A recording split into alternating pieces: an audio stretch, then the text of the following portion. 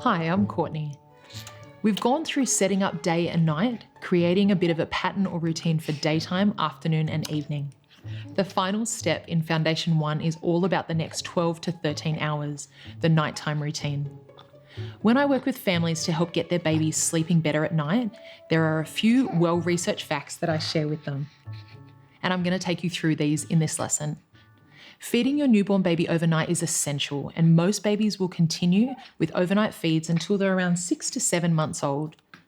Overnight sleep is also very important for bub, so unless you've been instructed to wake your baby for an overnight feed by a healthcare professional, don't. Allow your baby to sleep and wake naturally throughout the night for a feed. It's also important to know that not every wake up overnight means your baby needs a feed.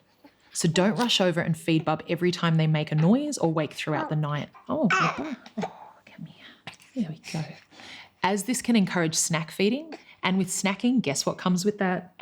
That's right, cat napping or short bursts of sleep. If your baby is waking hourly or even every 2 hours, this is more likely a settling issue than a hunger issue. So how to know when to feed or not to feed? So when your baby wakes, take note of when their last feed was. Also wait and listen. They might just be moving from one sleep cycle to the next with a little grizzle or moan or groan. They might be cold or need a nappy change. Address this and let your baby head back to sleep.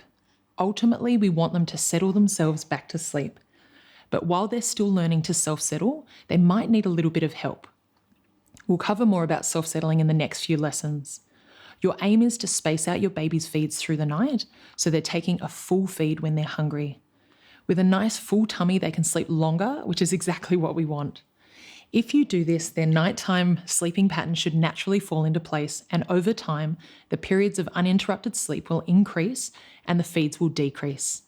For a newborn to 6 weeks old, try and make sure the first overnight feed isn't any earlier than 8 to 9 p.m. based on your 6 p.m. bedtime. It's important to feed bub if they're hungry, but if it's been less than 2 to 3 hours since the last feed, there's probably another reason why bub might be waking. Feeds after this should be at a minimum of every 2 to 3 hours. So this means your baby may be having 2 or 3 overnight feeds. At around 7 or 8 weeks, overnight feeds can be at a minimum of every 3 to 4 hours. If your baby wants to sleep for long stretches without waking, they're healthy and they're gaining weight, awesome, let them sleep. When your baby wakes and they're due for a feed, you should feed, burp and change them as swiftly as you can so your baby can head back to sleep. Overnight, it's important to feed them in nighttime conditions, so no light or noise with any feeds after 6 p.m. Try and keep it dark or very dimly lit. Don't turn the light on in their room or use your phone, as this will stimulate them.